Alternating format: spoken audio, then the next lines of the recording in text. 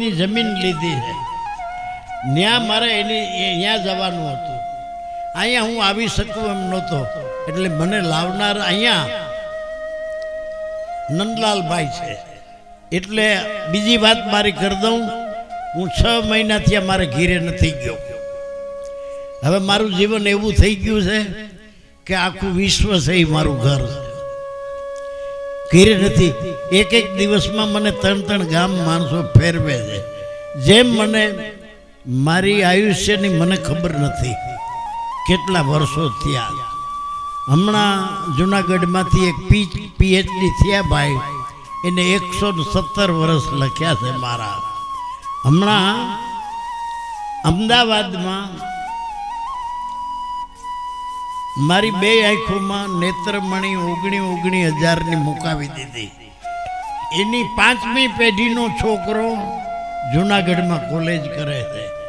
મારી આયુષ્યની મને ખબર નથી. અને મને એવું થાય છે કે જેમ જેમ મારી આયુષ વધતી જાય છે એમ એમ મારી માગ વધતી જાય છે.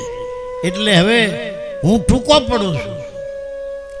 18 કોમ મારી પાછળ પડી છે, અને પ્રેમને ખાતર મારે મારા શરીરની પરવાર કર્યા સિવાય જવું પડે છે. મારી બાજુમાં બેઠેલા ભાઈ એ મને 35 વર્ષ પહેલા ભેગા થયા હતા. અમને બેયને ખૂબ મને આનંદ આવ્યો એના વિચારોમાં, અને મને ત્યારે એને સાંભળેલો. હવે એની એક ઓફર છે, એ પૂરી કરી અને હું રજા માગીશ. મને આજ મારે જવાનું છે જુનાગઢની બાજુમાં કોયલી ગામ. ત્યાંથી સાધન લઈને આવી ગયા છે. મારી હમણાં બેઠાજી ઘડીએ ઘડીએ મને હાન કરે. પણ હવે મારે બાજુમાં ભાઈ બેઠા છે, એની અરજી ધ્યાનમાં લઈ અને હું બોલું. હે બાપુ, મારે એક પ્રશ્ન પૂછવો છે તમને. તમે કયો રજા આપો તો પૂછો. બોલો બોલો. આ શરીરમાંથી 2-5 શરીર નો બને? આ એક શરીરમાંથી 2-5 શરીર નો બને? અરે કઈક બની ગયા. 2-4 ની ક્યાં, 2-4 ની ક્યાં કરો, કઈક બની ગયા, કઈક બની ગયા. અને ન્યા આપણે એક ને મોકલી દે એટલે બધાની ડિમાન્ડ પૂરી થઈ જાય. હમણાં મારો ભવનાથમાં પ્રોગ્રામ,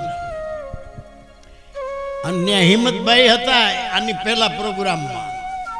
એક માણસે ઉઠો સાથી ઠોકીને પડકાર ફેંક્યો અને એને વાત કરી, અને કોઈ આમાં ફેરફાર કાઢજો, હું જયદેવનો શિષ્ય છું. તમે કહો કે એક શરીરમાંથી 2-5 નો થાય, લાખો થઈ ગયા છે. અને હવે પછીના સમયમાં ખબર